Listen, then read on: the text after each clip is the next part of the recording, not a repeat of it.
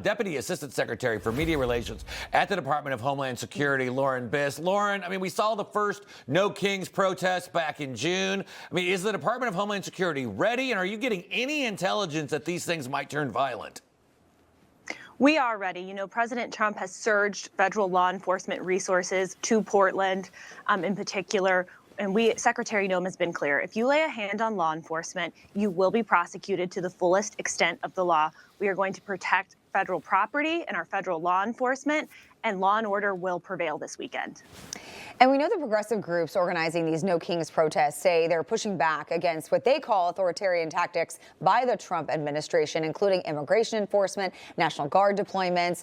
What is the department's response to these accusations? Look, we see this type of rhetoric used against our brave ICE law enforcement every day, from being compared to the Gestapo to the secret police.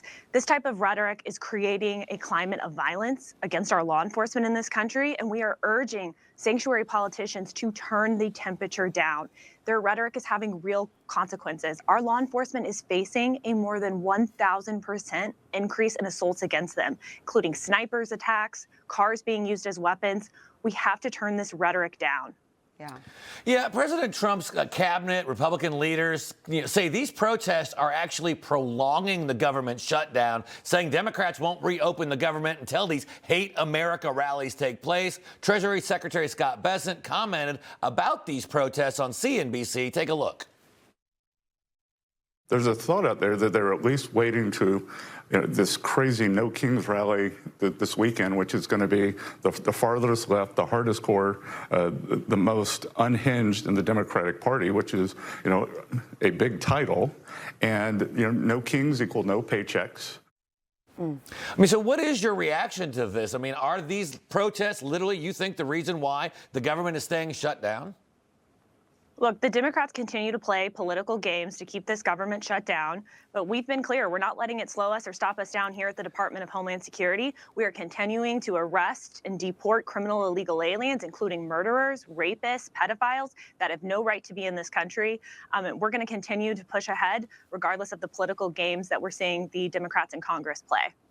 Before we go, I want to get your take on some of the No Kings protest sponsors that we're seeing. If you take a close look, you can see the Young Communist League, the CPUSA, or Communist Party of the United States of America. These are the people who were sponsoring these protests. Kind of a load of far-left nonprofits, it seems like. Is the DHS looking into the funding behind this?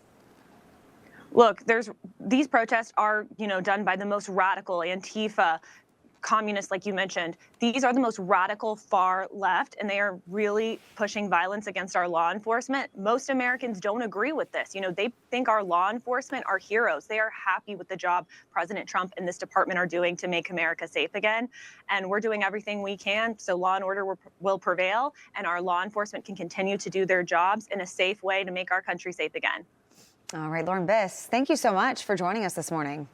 Thanks for having me. Information. Truth is freedom. Is Newsmax. It's real news for real people.